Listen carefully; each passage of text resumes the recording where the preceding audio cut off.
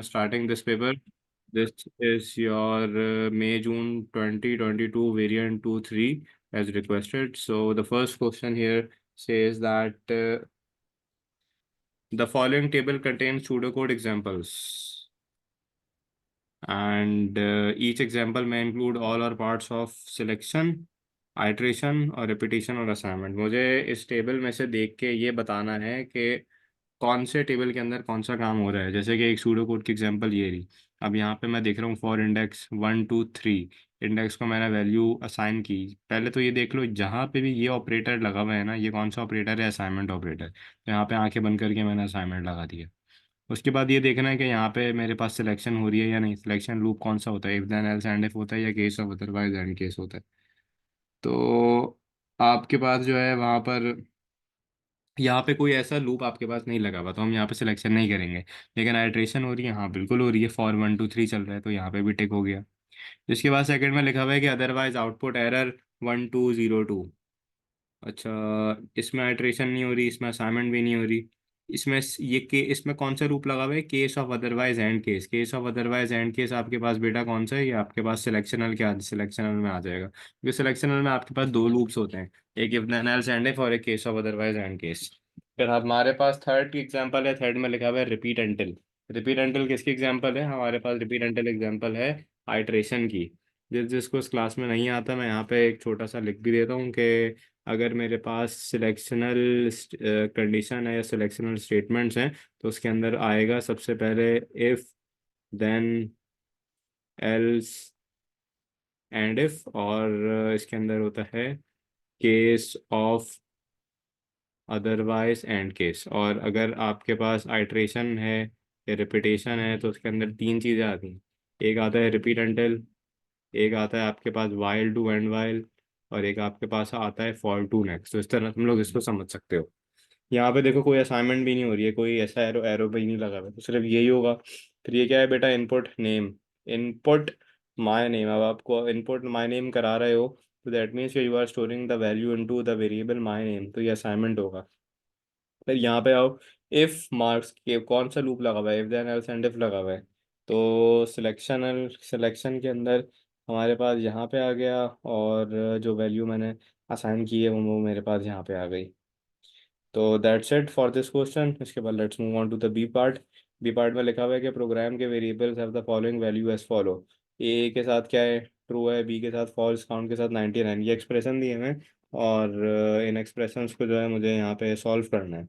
अब सबसे पहले लिखा हुआ है A and count is greater then 99। अब ए के साथ क्या है? ट्रू है। ट्रू एंड काउंट, काउंट क्या है? 99 इज ग्रेटर देन 99। ये ट्रू है या फॉल्स?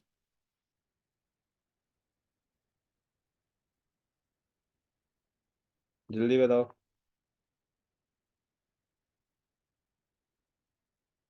ये कंडीशन ट्रू है या false? Sir false. Okay, good.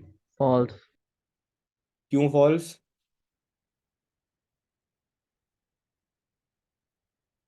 क्यों है फॉल्स? क्योंकि वो ट्रू होने के लिए दोनों ट्रू होनी चाहिए। यस, बिल्कुल बिल्कुल। अच्छा, इसके बाद सेकंड वाला है। सेकंड में लिखा हुआ है ए एंड नॉट बी। तो सर इसको सर इससे जरा। नहीं ट्रू। कर सकते हैं ना कि ट्रू एंड फॉल्स, तो ट्रू वन होता है फॉल्स जीरो होता है, तो वन एंड जीरो, तो एंड गेट लगाए तो जीरो आता है तो फॉल्स आया, इस तरह भी कर सकते हैं ना। हाँ, जैसे तो ये ए लंबी है मगर। ए पे है ट्रू एंड नॉट बी। मतलब नॉट ट्रू। के साथ क्या आएगा? फॉल्स। तो ये क्या हो जाएगा? ट्रू। तो ट्रू एंड ट्रू क्या आएगा answer? One and one one आएगा। गुड। ये हो गया, ये हो गया। थर्ड पे क्या लिखा हुआ है? Count is greater than equal sir to true. One. True. Last वाला क्या होगा? सर फॉल्स है। बेटा इसमें किसी को कोई भी चीज़ समझाऊं या आगे बढ़ूं?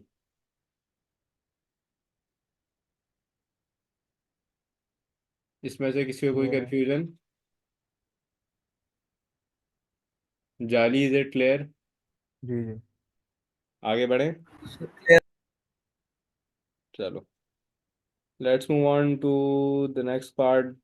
Give an example of when a variable of boolean type would be used. अब सवाल आपसे कह रहे हैं कि भाई आप boolean type कब यूज करोगे, उसकी कोई एक एग्जांपल देनी है। Give an example of when a variable of type Boolean would be use. अब बूलियन तुम लोग को याद हो, ट्रू फॉल्स, यस और नो, वन और जीरो। मैं यहाँ पे एक एक मिसाल ये लिख सकता हूँ कि टू टर्मिनेट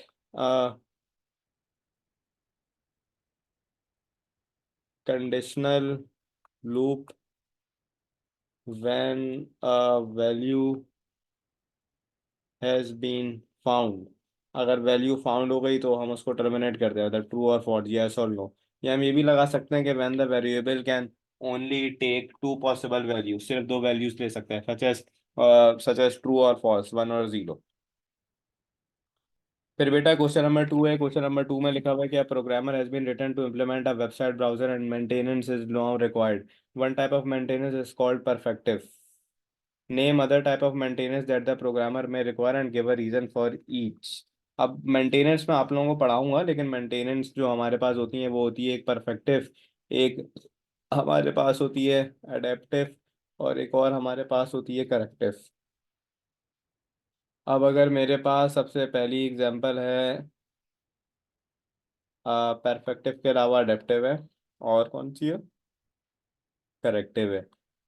अडेप्टिव के बेटा रीजंस क्या है। अडेप्टिव में हमेशा जब यूज करूंगा when I want to accommodate a change in the requirement। मतलब आपने अपना सॉफ्टवेयर बना लिया और अब आपको उसको अडेप्ट, मतलब अडेप्टिव वो है कि जैसे टाइम के साथ साथ हमें हमारे प्रोग्राम को अडेप्ट कराने की ज़रूरत है। अगर हम नई टेक्नोलॉजी को अडेप्ट नहीं करेंगे तो हम पीछे रह जाएंगे। इसी तरह से अडेप्टिव जो है मेंटेनेंस इसके अंदर होता यह है कि आप अपने कंप्यूटर के अंदर एक चेंज लाते हो, ताकि आप उसको चेंज कर सको, मतलब न्यू टेक्नोलॉजी के साथ आप उसको अडेप्ट कर सको। अगर करेक्टिव है तो करेक्टिव जब होता है जब आपका प्रोग्राम उस तरह से परफॉर्म नहीं कर रहा होता जिस तरह से उसको करना चाहिए और उसको ठीक करने की ज़रूरत होती है, तो तब हम करेक्टिव यूज़ करते हैं। तो इसमें कोई हार्ड रॉकेट साइंस नहीं है, मतलब वर्ड ही बता रहे हैं। अडेप्टिव क्या है कि भाई उसको अपनी करंट कंडीशन के साथ अडेप्ट कराना है, उसको चेंज करना है, प्रोग्राम पहले से बना हुआ है। लेकिन करेक्टिव क्या है, करेक्टिव आपके पास जब आएगा जब the program does not operate as expected and contains some bugs, तो हम करेक्टिव यूज करेंगे। तो आई थिंक आप लोग अगर P2 के अंदर मरे से मरा कुछ भी नहीं करो तो ये सवाल तो कर ही सकते हो। ये कितने मार्क्स के हो गए, 5 6 7 8 9 10 11 12। अच्छा जी। इसके बाद हमारे पास आ जाएगा ये क्वेश्चन नंबर जो थ्री है। और थ्री में आपके पास है कि four module are defined as follow.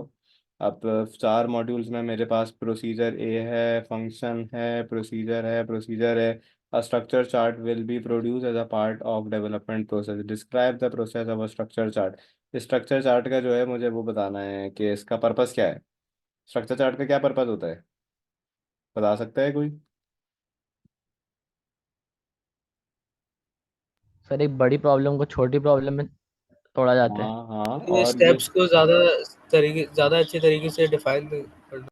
Good. और इसमें होती है मॉड्यूलर रिलेशनशिप, हर मॉड्यूल ब्रेक डाउन होता है। जली तुम्हें वो याद है, एब्स्ट्रैक्शन और डिकम्पोजिशन। उसमें बेटा स्ट्रक्चर चार्ट्स भी आते हैं उसी चैप्टर में। स्ट्रक्चर चार्ट्स का पर्पस ये होता है कि आपको मॉड्यूलर रिलेशनशिप प्रोवाइड करता है, और इसकी हेल्प से आपके पास जो पैरामीटर्स होते हैं, the parameters that are passed between modules, ये भी शो हो सकता है। या हम ये भी लिख सकते हैं जो भी मुझे एक स्टूडेंट ने बताया कि how a problem is broken down, किस तरह वो प्रॉब्लम आपकी ब्रेक डाउन होती है। इसके बाद बी पार्ट है। बी पार्ट में लिखा हुआ है कि मॉड्यूल क्या है, मॉड्यूल का नाम क्या है, selection one. It is calling one of the three modules, the module called will be selected when the program runs, draw the structure chart. मैंने सबसे पहले module selection section one call कराया, और सेक्शन वन ने तीनों module call कराए। वो कौन कौन से हैं? मुझे इसका स्ट्रक्चर चार्ट बनाना है। अच्छा जी। सर ये पार्ट है, समझा दो।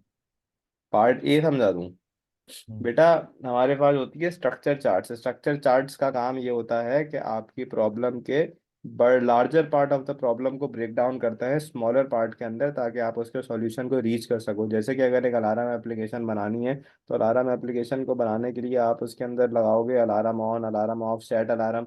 ये सब आप स्ट्रक्चर चार्ट में बनाते हो, क्योंकि वो आपको अलग अलग मॉड्यूल देता है, वो आपको अलग अलग रिलेशंस देता है, और आप उसमें दिखा सकते हो कि कौन सी वैल्यू किस में गई। It's an example of a flow chart, लेकिन फ्लो चार्ट नहीं है, मैं सिर्फ समझाने के लिए बता रहा हूँ। बुक में देखना स्ट्रक्चर चार्ट बना हुआ होगा एक, या ठीक है। 2 मिनट रुको, एक स्ट्रक्चर चार्ट में नीचे ड्रॉ कर रहा हूँ, तो तुम्हें और क्लियर हो जाएगा कि ये करता क्या है। मुझे स्ट्रक्चर चार्ट बनाना है सेक्शन का वन का, इसका स्ट्रक्चर चार्ट बनाना है। और ये कॉल किसको करा रहा है? इन तीनों को कॉल करा रहा है। तो अब देखो मैं इसका स्ट्रक्चर चार्ट यहाँ पे कैसे बनाता हूँ। सबसे पहले तो हम एक काम ये करते हैं कि यहाँ पे बना लेते हैं सेक्शन वन को। अब सेक्शन वन कॉल किसको करा रहा है भाई? सेक्शन वन कॉल करा रहा है पहले, सबसे पहले सब वन ए को। फिर क्या किसको कॉल करा रहा है?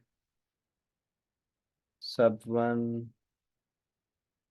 बी को। फिर क्या कॉल करा रहा है?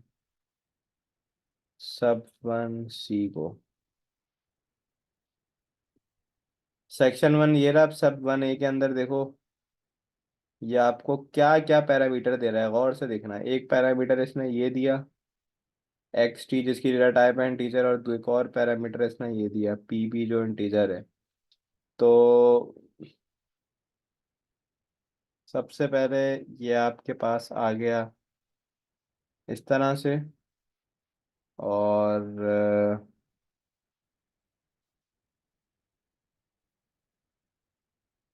अच्छा, एक चीज यहाँ पे ये भी गौर से देखो कि यहाँ पे लिखा हुआ है कि this section calls one of the three modules, मतलब इन तीनों में से कोई भी एक को कॉल करेगा ये।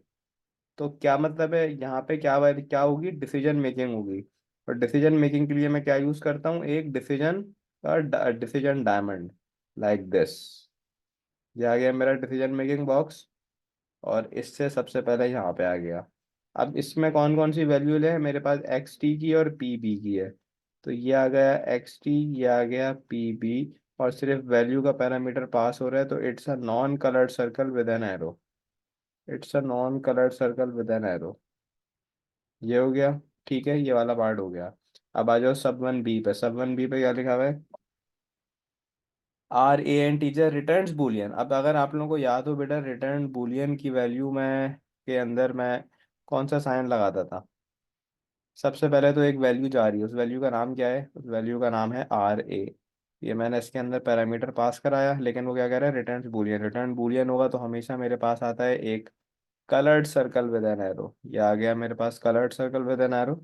उसके बाद थर्ड पे आ जाओ। थर्ड की स्पेसिफिकेशन पढ़ते हैं। इसमें क्या जा रहा है? एस बी जा रहा है, और बाय रेफ की बात हो रही है। तो पहले तो ठीक है भाई, ये आ गया आपकी एस बी की वैल्यू पैरामीटर में पास हो गई। और जब भी बेटा बाय रेफ आता है, तो बाय रेफ पे मैं क्या लगाता हूँ? तो मैं लगाता हूँ एक non coloured circle which has arrows on both of the ends. तो ये हमारे पास स्ट्रक्चर चार्ट है। तो जाली, if you can focus right here, you can see के इसकी मैंने कैसे डायग्रामेटिकल रिप्रेजेंटेशन बनाई है, उसको मैंने ब्रेक डाउन किया है, मॉड्यूलर अप्रोच दिखाई है, और जो वैल्यू पास हो रही है वो भी नजर आ रही है। तो यहाँ तक आप में से किसी को कोई कंफ्यूजन?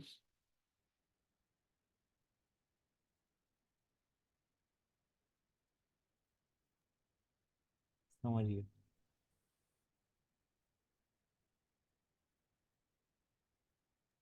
सर ये वैसे उल्टा नहीं आता पेपर्स में, नहीं कुछ पेपर में। हर पेपर का अलग अलग सवाल होता है। हाँ, तो ये चार्ट बना हुआ होता है ना, फिर आपको बताना होगा। कभी कभार बनाना भी होता है, कभी कभार बना हुआ भी होता है। हम्म। इसके बाद क्वेश्चन नंबर 4 में आपसे कह रहा है कि items complete this table. Items in a factory are weighted automatically. The weight is stored as an integer value representing the item weight to the nearest gram. A function is written to validate the weight of each item. The function will return pass if the weight of the item is within acceptable range, otherwise the function will return fail. The acceptable weight for an item is 150 till 155. The validation function is to be properly tested. Black box testing will be used, and to test a plan needs to be produced. Complete the table by writing additional test to this function. तो पहले test of data में इसने दे दिया normal, क्योंकि उसने normal value दी, वो range के अंदर है, वो पास हो गया और उसने बोल दिया ठीक है। अच्छा, अब मैं काम ये करता हूँ कि इसको एक वैल्यू दे देता हूँ एबनॉर्मल। एबनॉर्मल वैल्यू क्या होगी भाई? इसने रेंज दी हुई है 150 से लेके 155 की, अब 149 आ गया या 149 से कोई भी वैल्यू कम आ गई तो फिर क्या एक्सपेक्टेड रिजल्ट देगा? फेल देगा। और लिखा हुआ क्या आएगा भाई? यहाँ पे एक्सप्लेनेशन में लिखा हुआ आएगा कि the value is outside the range. Test data के अंदर एक नॉर्मल होता है, क्या एक एबनॉर्मल होता है, और एक और डेटा होता है जिसको हम कह सकते हैं यहाँ पर एक्सट्रीम डाटा, या बाउंड्री डाटा भी हम इसको कह सकते हैं। अब अगर कोई भी एक्सट्रीम डाटा एंटर करते हैं तो उसका एक्सट्रीम डाटा क्या है? 150 या 155? तो कुछ भी ले लो। तो यहाँ पे ऐसे मैंने 150 लिया, तो जब 150 आएगा तो लेकिन वो पास हो जाएगा। लेकिन पास पे हम क्या लिखेंगे कि this is the minimum value that is to be accepted, this is the minimum acceptable value. अब एनॉर्मल हो गया, एबनॉर्मल हो गया, एक्सट्रीम हो गया। अच्छा, एक और ले लेते हैं डेटा। अब अगर किसी ने 156 से ज़्यादा वैल्यू ले ली तो ये भी हमारे पास एबनॉर्मल डेटा है, तो इसमें अगेन वो फेल कर देगा। फिर बोल कह सकते हैं कि हमारी जो वैल्यू है वो टू लार्ज है, या ये भी लिख दो कि it is outside the range. एक और चीज़ मैं लिख सकता हूँ यहाँ पे, वो होता है मेरे पास बाउंड्री डाटा। और बाउंड्री डाटा के अंदर I can definitely right that 155, लेकिन 155 पे वो पास हो जाएगा। यहाँ पे मैं लिख सकता हूँ कि it is maximum value that is to be accepted whatsoever your value is. तो एक चीज़ ध्यान रहे कि आपके पास टेस्ट ऑफ डेटा के अंदर एक नॉर्मल डेटा होता है जो एक्सेप्ट हो जाता है, नॉर्मल के अलावा एक एबनॉर्मल डेटा होता है जो एक्सेप्ट नहीं होता। फिर आपके पास आता है, इसको तुम लोग बाउंड्री बोलो, या इसको तुम लोग बोलो एक्सट्रीम डेटा, या इसको तुम लोग बोलो नॉर्मल डेटा, ये एक ही चीज़ है, क्योंकि ये वाला डेटा आपके पास एक्सेप्ट हो जाएगा। So this is for 4 marks. इसके बाद 5 पे लिखा हुआ है programmer will store attendance data about each employee of a company. The data will be held in a record structure of type employees. The fields that will be needed are as shown, employer number, name, department, bond, attendance, उनके सारे typical value दिए, comment दिया हुआ है। Right है pseudo code to declare the record structure. Record structure declare कराना है आज। रिकॉर्ड को डिक्लेयर कैसे करते हैं? सबसे पहले क्या लिखेंगे यहाँ पे? यहाँ पे मैं लिखूंगा आपके पास टाइप। टाइप से स्टार्ट करेंगे रिकॉर्ड डिक्लेयर करने के लिए। ये आ गया टाइप। रिकॉर्ड का नाम क्या है? एम्प्लॉय। अच्छा, डिक्लेयर क्या क्या करना है? डिक्लेयर क्या होगा? सबसे पहले होगा एम्प्लॉय का नंबर। एम्प्लॉय नंबर की डाटा टाइप क्या है? इंटीजर दी हुई है।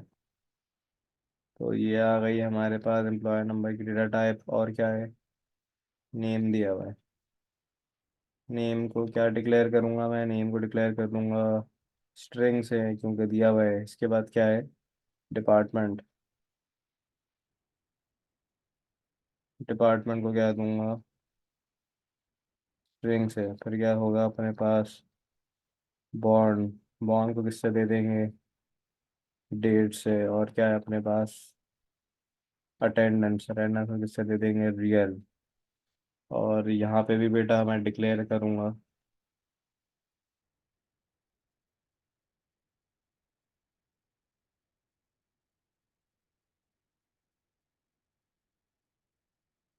और जब सारी डिक्लेरेशन हो जाएगी तो यहाँ पे लिख दूंगा एंड टाइप। तो ये मेरा हो गया रिकॉर्ड डिक्लेयर। इसके बाद बी पार्ट में कह रहा है कि one D array staff containing 500 elements will be use to store the employee records. Write a pseudo code to declare the staff array. Sir ये टाइप कब लिखा जाता है? बेटा जब रिकॉर्ड डिक्लेयर करना होता है तो टाइप उसका नाम ये सारी डिक्लेरेशन और एंड टाइप जब भी रिकॉर्ड करना होगा इसी तरह करोगे। ये पेपर 2 के अंदर है। जैसे मैंने यहाँ पे किया, इसने कहा था कि वो एरे है, उसका नाम है स्टाफ, उसके अंदर 500 एलिमेंट है, वो डिक्लेयर करनी है एरे में, तो ये एरे की डिक्लेरेशन करा दी यहाँ पे। के बाद कह रहा है कि there may be more records in the array then there are employees in the company, in this case some records of the array will be unused. State why it is a good practice to have a standard way to indicate unused element. क्यों?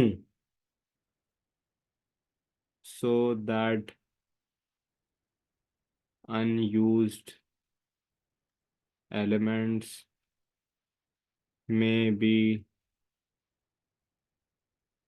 recognized when searching. ये भी हो सकता है कि जो जितने भी एलिमेंट्स हैं उनका कोई अनएक्सपेक्टेड डेटा आ जाए, तो यहाँ मैं एक्स्ट्रा लिख रहा हूँ, लेकिन आप लोग सिर्फ एक वो लिखोगे bullet point. Give one way of indicating an unused record in the staff array.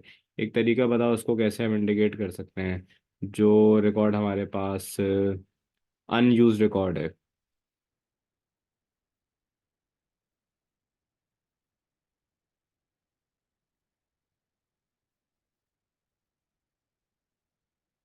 एक काम हम ये कर सकते हैं कि इसमें हम दे दो एक एम्प्टी स्ट्रिंग दे दो, an empty string, like for example exemplary gracia empty for name और डिपार्टमेंट, इस तरह दे सकते हैं। जो जितने भी एम्प्टी हैं वो इससे जो है वो रिलेट हो जाएंगे। एक और तरीका ये है कि ज़ीरो या नेगेटिव वैल्यू दे दो अटेंडेंस को, जिसमें अनयूज रिकॉर्ड्स के लिए। इसके बाद सी पार्ट है। सी पार्ट कह रहा है कि एक प्रोसीजर है, प्रोसीजर का नाम है एब्सेंट, और ये करेगा ये this is going to output the employee number, name of all employees who have attendance और वैल्यू 90 और less than, write a pseudo code for procedure absent. तो assume that staff array global array, तो start करते हैं। सबसे पहले तो आ गया हमारे पास प्रोसीजर, प्रोसीजर बना लिया। प्रोसीजर का नाम क्या है? एब्सेंटीज। प्रोसीजर को उसके बाद बेटा यहाँ पे डिक्लेयर कराएंगे अपना इंडेक्स। इंडेक्स को मैं रखूँगा आपके पास इंटीजर से। उसके बाद चलाऊँगा loop for index 1 to 500 if staff of index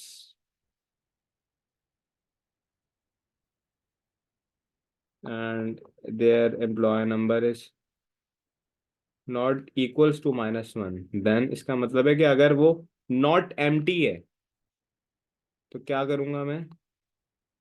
अपने स्टाफ के इंडेक्स की अटेंडेंस अगर इससे कम है तो क्या करा देंगे हम? आउटपुट करा देंगे स्टाफ के इंडेक्स के एम्प्लॉय नंबर। अच्छा, एक चीज ध्यान रखना कि जिस तरह तुम लोग ऊपर लिख रहे हो ना कैपिटल और स्मॉल में, वैसे ही कोड में लिखना। मैं तो अभी जल्दबाजी में थोड़ा सा मैंने अलग लिखा है। अब कहीं पे कैपिटल जैसे स्टाफ जिस तरह ऐसे लिखा है, हर जगह ऐसे ही लिखा हुआ होना चाहिए। अलग नहीं करना, नहीं तो मार्क्स नहीं मिलेंगे।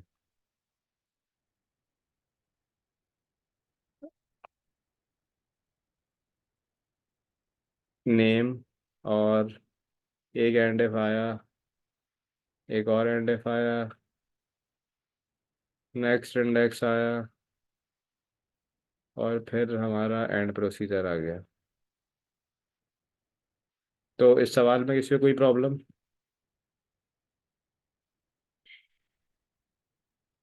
चल एक दफ़ा ड्राई रन कर दें।